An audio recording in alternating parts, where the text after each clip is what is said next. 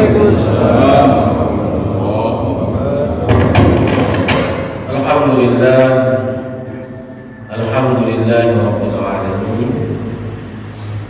Walhamdulillah. Walhamdulillah ala ni'matil iman wal Islam. Walhamdulillah. Walhamdulillahilladzi bi ni'matihi tatimmus shalihat. Asyhadu an la ilaha illallah wahdahu la syarika lah wa asyhadu anna Muhammadan abduhu wa rasuluh. Ballagha risalah wa adda al-amanah wa nasaha al-ummah wa ala alihi wa sahbihi ajma'in. Amma ba'du. Al-mukarramun para ikhwatiyan para ladiki Kak Tiang, Kak Haji Mahmud dan yang lainnya yang tidak bisa Tiang sebutkan satu persatu. Orang-orang Tiang, dengan Tiang, singkatnya jamaah Majlis Ta'lim yang mudah-mudahan kita selaku lagi senantiasa di dalam hidayah dan petunjuk sedekah Allah Subhanahu wa taala, inayah, diberikan penjagaan oleh Allah Subhanahu wa taala, dan yang paling utama mudah-mudahan kita semua senantiasa di dalam ridho reda dekaji Allah Subhanahu wa taala. Amin ya rabbal. Semua musibah ini menghadirkan kesedihan, tetapi ada musibah di belakangnya, ada anugerah yang Allah titipkan. Musibatu qaumin inda qaumin fawaid. Niki bahasa ulama. Setiap ada musibah mungkin bisa menyakitkan bagi yang lainnya, tapi akan bisa membawa faidah bagi yang lainnya. Banjir di Jakarta niki musibah. Kanggo arah untuk tukang ojek, tukang nampang, nabi arah niki ngangkat sepeda motor untuk melintasi jembatan. Jadi tidak semua musibah itu membawa petaka.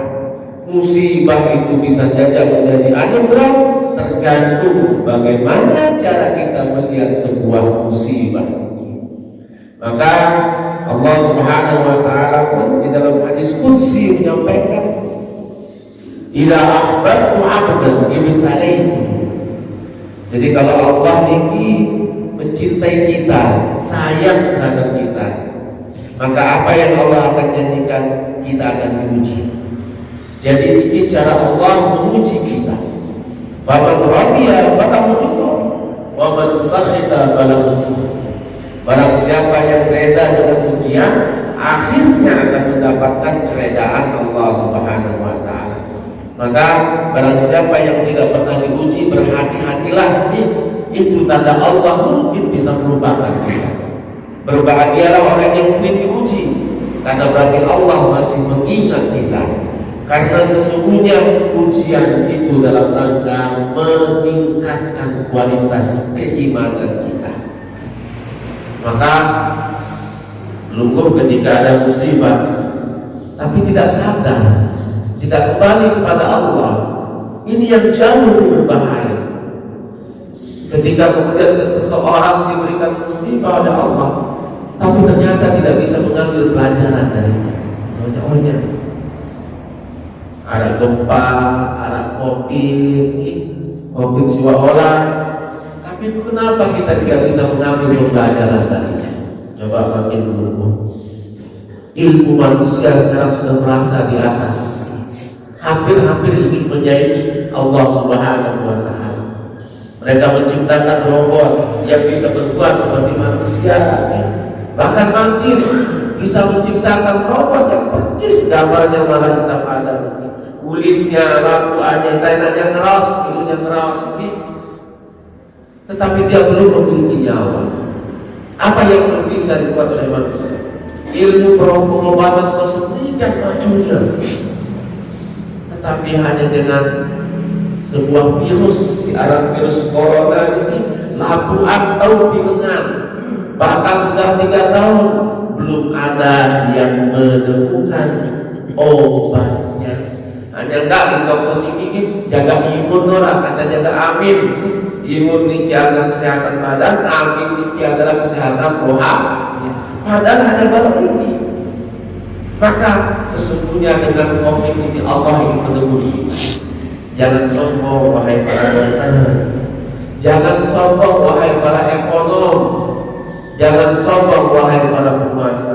Baru hanya sekadar virus COVID DP kita belum pada pinengan dengan Indonesia, dunia pun menjadi karu-karuan, perdagangan menjadi karu-karuan, ekonomi menjadi berantakan, hubungan antar masyarakat menjadi rusak, bahkan kadang-kadang masuk ke masjid sok-sok menjadi berjalan hanya karena virus sekian, apalagi selain Allah kirimkan. Maka menjadi penting siapa yang akan bisa mengambil hikmah dalam setiap kejadian. Hanya orang-orang yang memiliki akidah yang baik. Karena akidah ini adalah prinsip. Orang yang tidak memiliki akidah, dia memiliki akidah sejenak, berarti kita belum memiliki prinsip. Bayangkan nih, kemudian dia berdagang, dia ada prinsipnya bebas. Nanti kalau jaga rugi lah, nanti kalau jaga hilang, tapi ini dijaga, dia laku dagangan karena tidak punya prinsip. Ngajaran, tapi tidak punya prinsip. Menjadi orang tua tidak juga punya prinsip, menjadi suami tidak memiliki prinsip, maka tidak mungkin akan bisa mendapat keluarga yang sakinah, mawaddah dan rahmah. Maka menurut para ulama, yang paling penting ketika awal Rasulullah SAW berdakwah ini bukan mengajarkan tentang ibadah.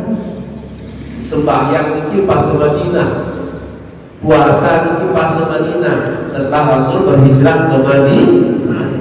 Yang paling pertama dan yang paling lama 15 tahun Rasulullah SAW berdakwah di Makkah ini, Nabi yang didakwakan. Sholat belum diwajibkan, puasa belum diwajibkan, zakat belum diwajibkan, tetapi Rasulullah SAW berdakwah untuk menyebarkan kalimat La ilaha illallah Muhammadur Rasulullah. Tauhid atau akidah bahasa kemarin ini. Karena memang ini prinsip. Kalau sudah akidahnya baik, maka apapun yang Allah perintahkan dan Nabi-Nya perintahkan mesti kita sami'na wa ata'na. Namun terang oleh akidah, maka bagaimana mungkin bisa memunculkan keyakinan dan keikhlasan di dalam ibadah? Karena roh daripada ibadah ini adalah akidah. Maka ulama membagi ajaran Islam ini dalam 3 bagian. Dan ini penting. Ketiga bagian ini sama-sama penting. Tapi harus ada urutannya. Urutan yang paling pertama ini adalah akidah. Mengenal Allah, mengesahkan Allah Subhanahu wa taala, menghadirkan Allah di dalam diri kita. Atau sering jabaran akidah ini ada iman, ada Islam, ada ihsan, ada tauhid, tauhid rububiyah, tauhid uluhiyah, ada iman kepada malaikat, iman kepada rasulnya, iman kepada kitab-kitabnya, iman kepada hari akhir, iman kepada qada dan qadar. Ini menjadi baru setelah ini Rasulullah SAW mengajarkan yang namanya ibadah. Jadi akidah paling atas, kemudian ibadah. Akidah dan ibadah si kenal pasti akan menghadirkan akhlak yang benar. Jadi agama ini ada akidah, ibadah, kaca akhlak. Dan Rasulullah SAW mengajarkan menjadi satu bagian yang tidak terpisahkan. Inilah yang disebut dengan syariat. Maka syariat Nabi Muhammad sallallahu alaihi wasallam terdiri dari akidah, terdiri dari ibadah, terdiri dari akhlak. Akhlak niki adalah bagian daripada akidah yang benar dan ibadah yang benar. Kadang-kadang Al-Qur'aya mohon maaf, akidah kita kurang, ibadah kita banyak, atau ada niat untuk beribadah tapi tidak memiliki akhlak. Sering ini bahasa yang sering disampaikan ketika pengajian di masjid. Kadang-kadang ketika kita pergi ke masjid, emang ada yang niatnya sebenarnya sembahyang ibadah, Allahu Akbar, niatnya ibadah, jauh santai lebih balik.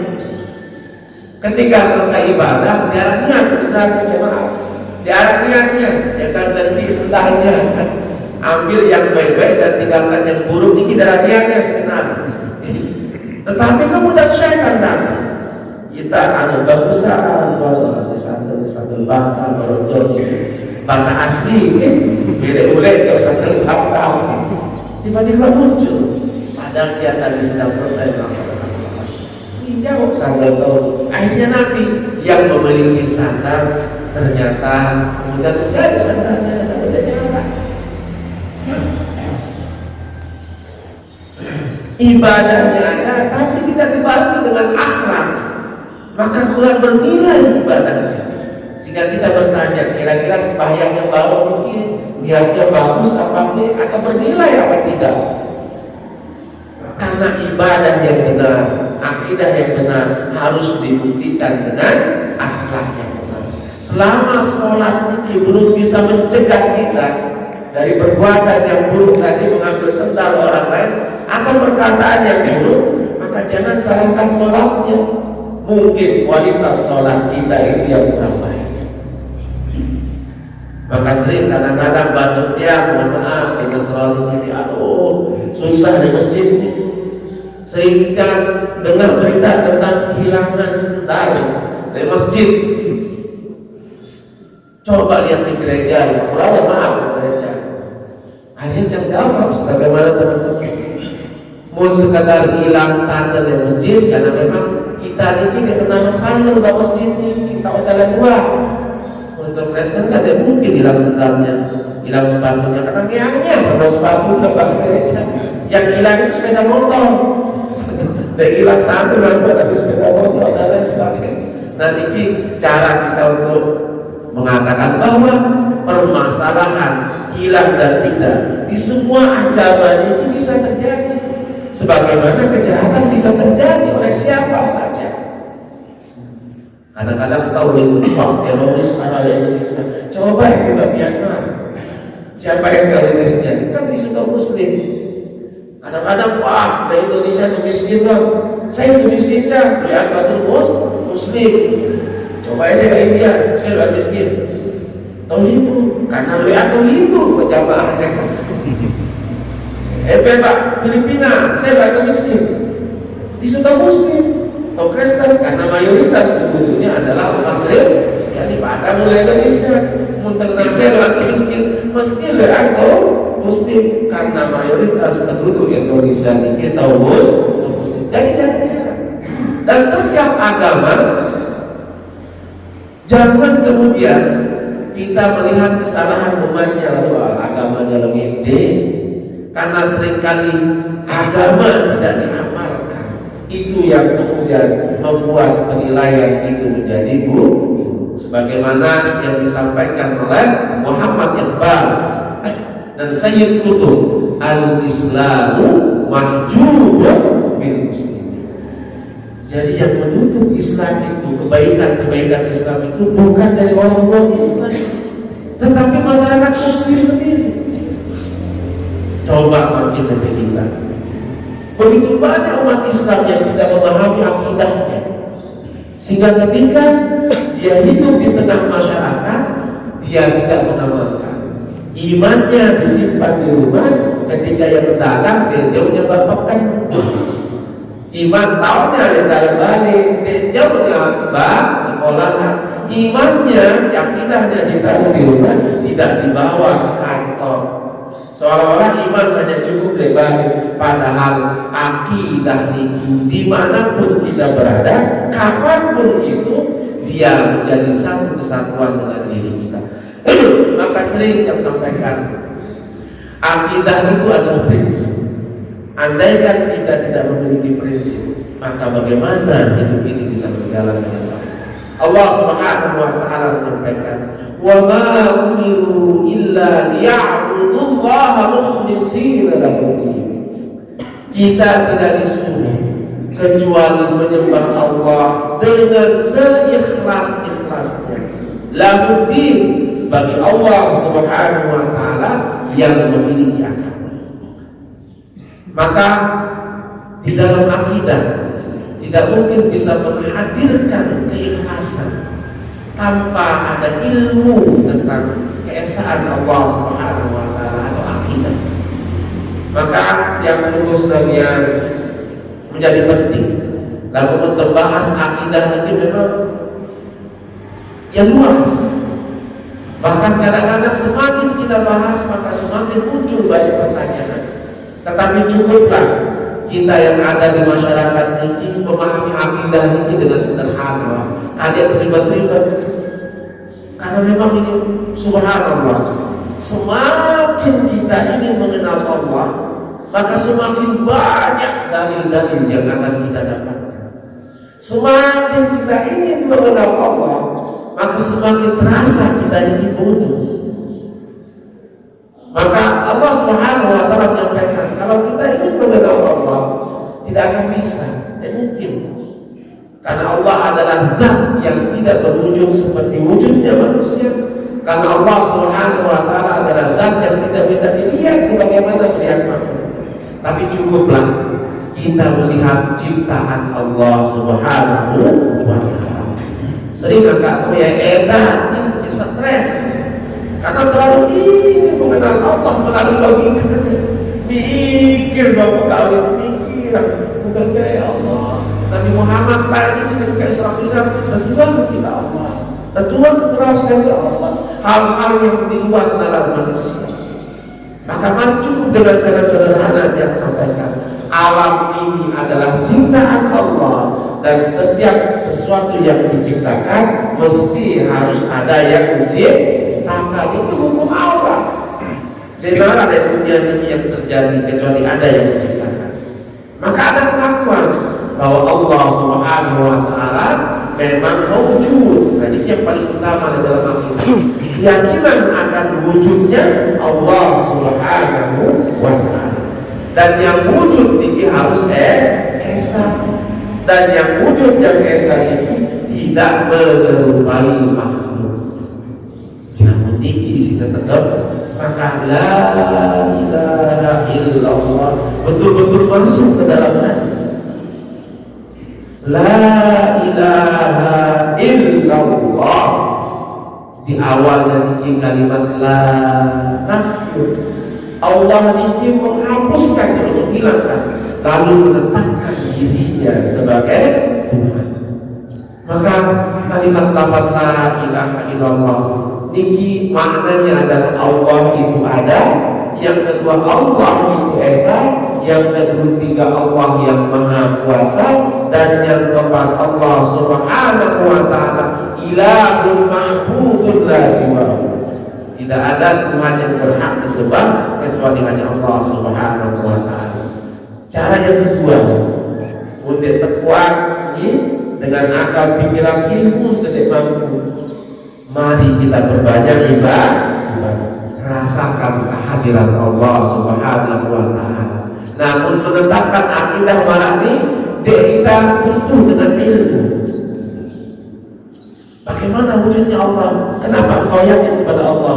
Tidak usah kita berteori. Nabi minta, saya yakin kepada Allah karena saya merasakan kehadiran Allah di dalam diri. Bagaimana agar Allah itu hadir dalam diri kita? Berbanyak ibadah, salat tahajudnya, puasanya. Insya Allah wa wallahi anzala sakinah, maka Allah akan menurunkan ketenangan di dalam diri kita, keyakinan akan wujudnya Allah Subhanahu wa taala. tolong Kak Latihan. Begitu juga nenek-nenek papu-papu lain.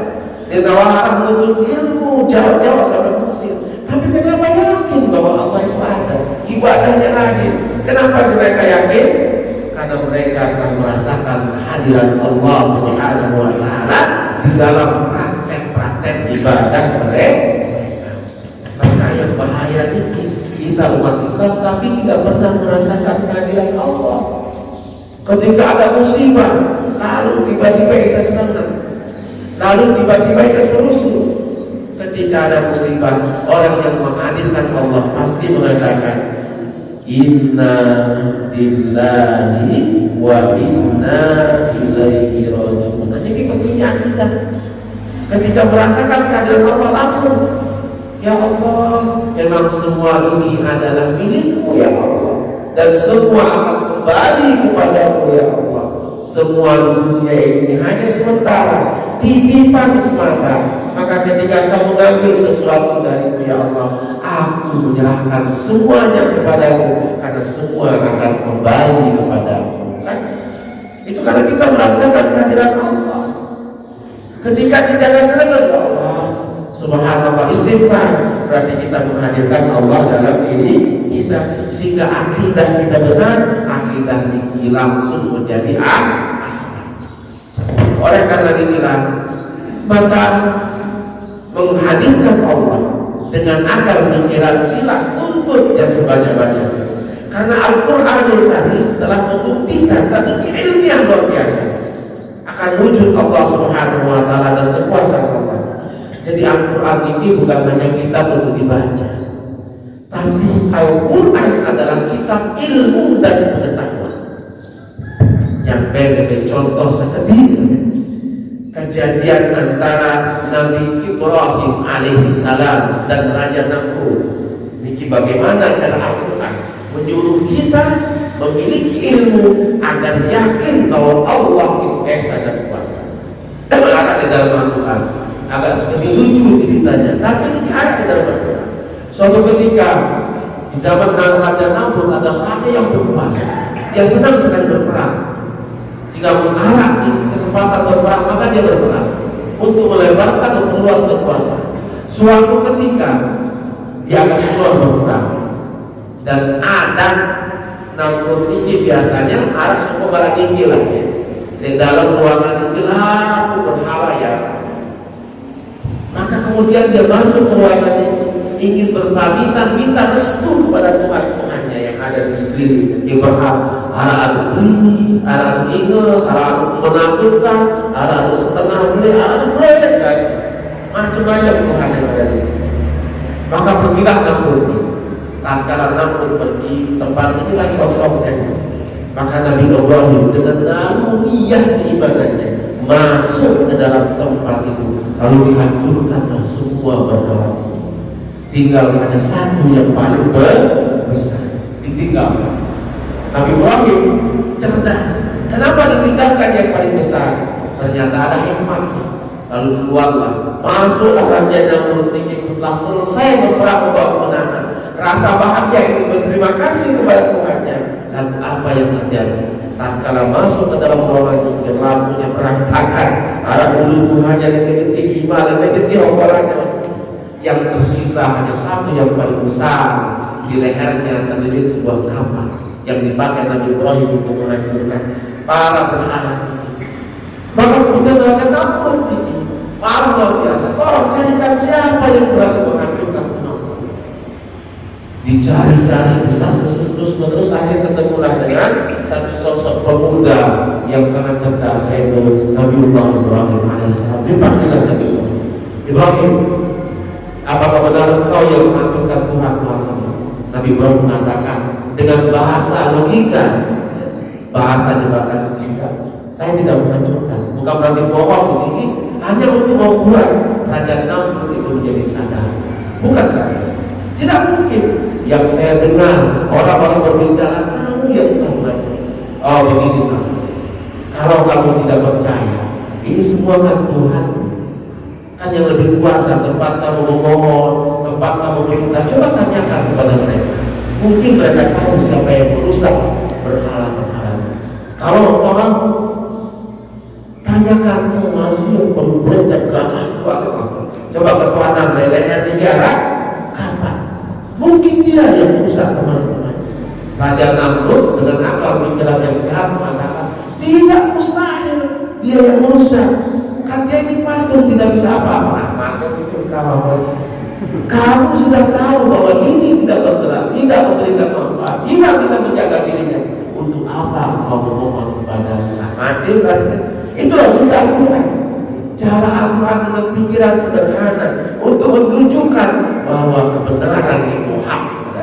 Lalu anak nanti belum menerima hidayah, namun dengan kebenaran yang luar biasa itu belum mampu menggugah hatinya untuk mengikuti kebenaran yang dibawa oleh Nabi Ibrahim alaihissalam.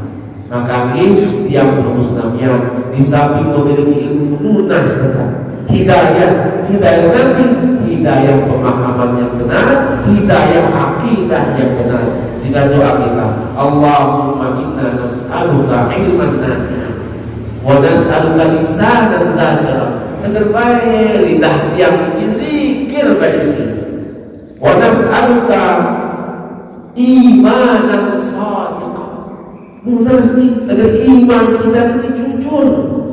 Karena kalau iman, lalu imannya tidak jujur. Yang namanya iman itu yakin. Kalau kita sudah yakin, maka ikutilah keyakinan. Kita yakin Allah Maha Kuasa. Kita yakin Allah tidak akan mungkin menelantarkan umatnya. Maka laksanakanlah perintahnya. Kalau kita yakin lah, kalau perintahnya banyak kita abaikan. Berarti laisa shadiqan fi iman. Kita belum benar-benar jujur di dalam iman. Dan ini yang banyak makin terjadi. Anak yang baca-baca ada hoax, ada kehidupan di tengah-tengah masyarakat, politik yang tidak sehat. Susah sekarang untuk melihat, untuk mengatakan siapa yang bisa kita saat ini sebagai contoh yang baik. Para pemimpin banyak mencontohkan ketidakbaikan, sehingga kadang-kadang masyarakat mungkin malas, apatis, tidak ada yang bisa dipercaya, sehingga hilang kepercayaan terhadap orang lain. Kenapa sebabnya? Karena mungkin banyak dari orang-orang itu belum jujur di dalam iman. Maka kita nas'aluka imanan shadiqan wa nas'aluka i'tiqadan sahihan. Lunas yang muslimnya agar diberikan akidah yang benar. Seperti tadi tidak ada yang secara logika ini yang membenarkan, tapi karena belum mendapatkan hidayah, maka justru malah Nabi Ibrahim dihukum, dibakar. Tetapi Allah Subhanahu wa taala menjaga Nabi Ibrahim dengan mukjizatnya, ya nabi bardan wa salaman ala Ibrahim. Ketika Nabi Ibrahim ingin dibakar, tidak terbakar, tapi itu pun tidak membuat Namrud menjadi sadar. Maka dia lulus dan yang iman itu adalah anugerah.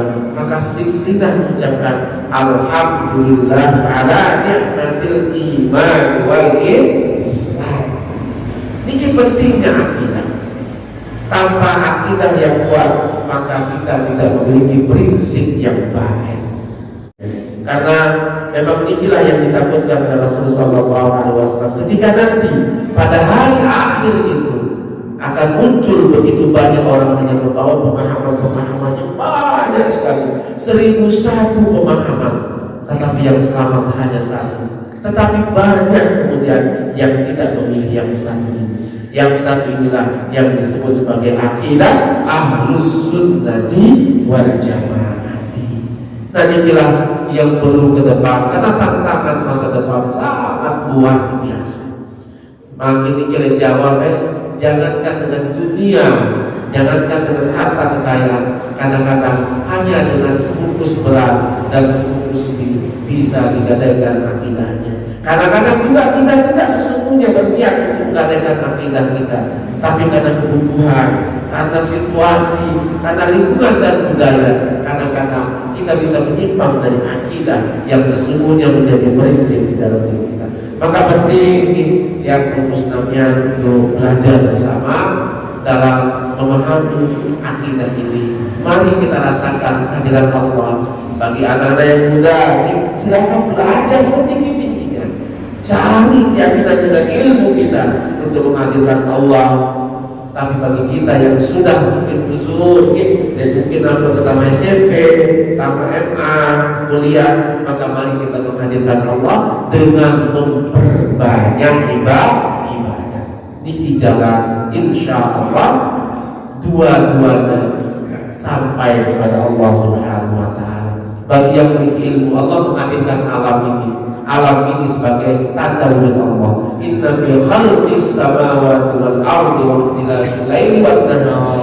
Allah ciptakan keanekaragaman agar kita mengenal Allah. Kalau belum mengenal Allah melalui alam ini, wa huwa aqrabu ilaikum min hablil warid. Hadirkanlah Allah, karena Allah itu sesungguhnya lebih dekat kepada diri kita daripada urat nadi. Kan urat nadi rapat, tapi Allah itu lebih rapat, lebih dekat daripada itu. Tetapi bukan saja yang dekat kepada kita adalah ihatatu.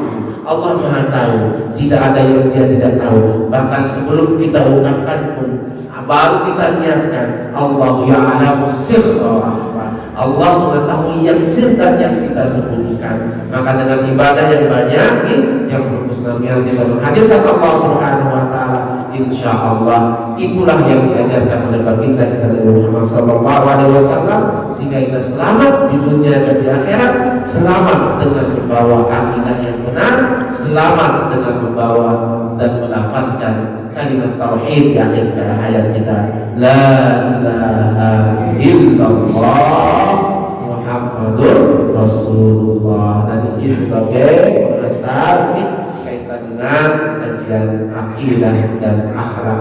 Insya Allah kita akan melanjutkan pada waktu-waktu yang lain. Sila yang bersangkutan dan yang disampaikan yang berkenan atau ada kata-kata yang salah, kesempurnaan hanya milik Allah Subhanahu wa Ta'ala. Wallahu a'lamu bis-shawab. Waffaqana Allah lima yuhibbu wa yarda.